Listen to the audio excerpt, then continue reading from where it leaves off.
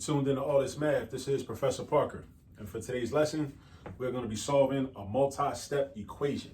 A multi-step equation. Make sure you're subscribed to the YouTube channel. Make sure you turn on the post notifications.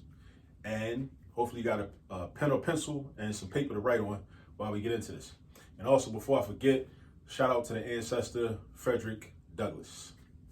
As you see here on my chest, Frederick Douglass. All right? Now, let's get started. The first thing you want to do when you're charged with solving an equation is you first want to read the equation and understand it. Understand the information that you're given in the first place.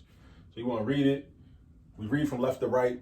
So we have 4 minus 5 times the quantity of, right? Because whenever you have an expression or variables and numbers written inside parentheses, that's called a quantity. So 5 times the quantity of 6 minus 4/5 x. 4/5 x is equal to 34. So what we're trying to do is we're trying to figure out what value of x is going to make this a true statement. Because one of the things that math is all about is establishing the truth and verifying the truth and what the truth is, right? We try and get to the truth, right? Just like one of those principles from the from Mayat, from ancient Kemet, right? The truth. So I look at a problem and I kind of size it up. I look at what I'm dealing with, and I always have options, just like you'll always have options as to like what you could do first, right? Now, because I could just get rid of this 4. I could get rid of this 4 first if I felt like it, or I could get rid of the parentheses if I feel like it. Typically for me, I like to get rid of parentheses first. So I like to use what's called the distributive property, right? The distributive property. So what that means is I'm going to take this 5 that is adjacent to this parenthesis, and I'm going to distribute this 5 to everything inside the parentheses or everything inside of this expression or this quantity. So I distribute, matter of fact, let me switch up. Let me get another color for this. So 5 I distributed to the 6, and also 5 I distributed to the 4/5 x, right? Let's do some arrowheads too while I'm at it. Boom, let me do that. All right, so now, what does that mean? That means the 4, now for my next step, then I write my step 2. My step 2, I'm gonna bring the 4 down because I didn't change the 4. The 4 is the same. So I got 4, then I got minus, because -5, that minus sign means that this is a -5. So -5 times +6 is -30. So it's gonna be 4 minus 30. And then now here, this might be a little tricky, right? Because we need to know how to multiply whole numbers times fractions. Whole numbers times fractions. So -5 times -4/5. We multiply to negative. So from the rip, we know we're going to have a positive. So it's going to be plus something, right? I could cross cancel this 5 with this 5, and that'll leave me with just 4, right? That's a shortcut.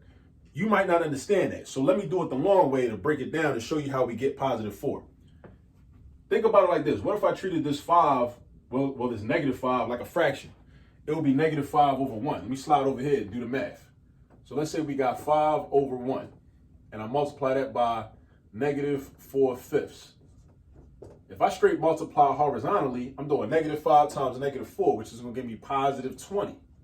And then I'm multiplying horizontally with the denominators. I'm doing 1 times 5, which is +5.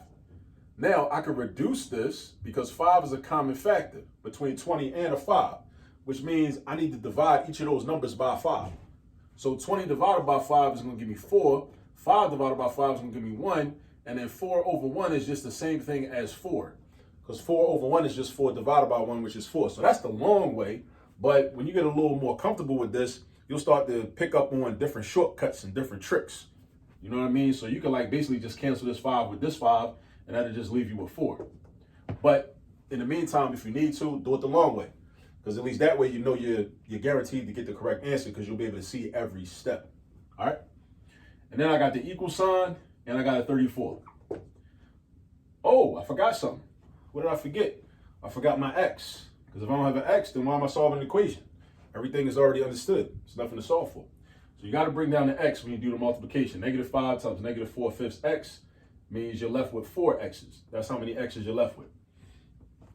All right. So now I want to do something called, I'm going to combine like terms. I mean, I could subtract 4 on both sides. I could add 30 on both sides. But what I would rather do is I'd rather combine like terms first. So this, when I say like terms, all constants are numbers that are by themselves, right?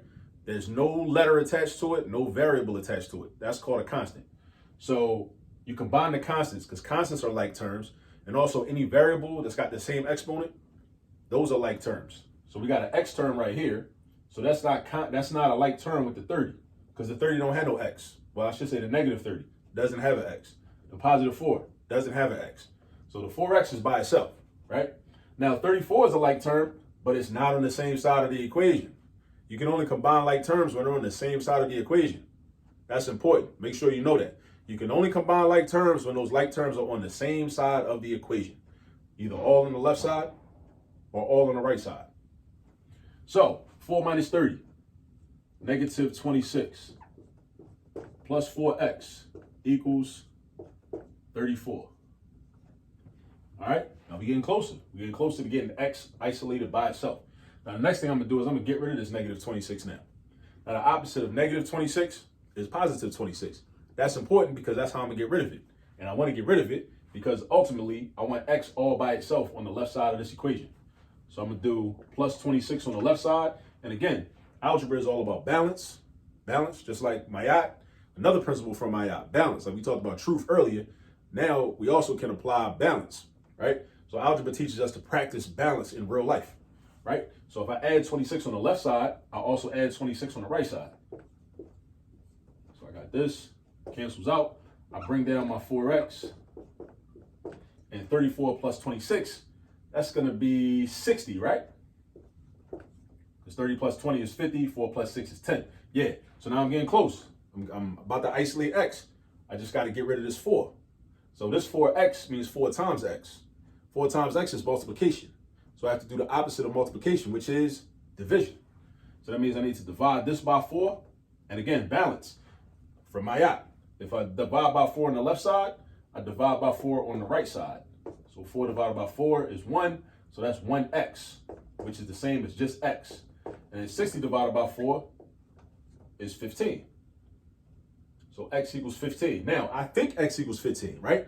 But again, we should always check our work. We should always validate our work. And you should get in the habit of checking your own work, because you don't want to wait for the teacher. You don't want to sit there nervous, wondering if you got it right or wrong. Just go ahead and check your work. Then you're going to know if it's right. So then you can relax. You don't got to deal with all that anxiety, wondering if you did it right or not. And you might find out that you did it wrong. But at least if you know you did it wrong, you can go back and start looking for your error, looking for your mistake.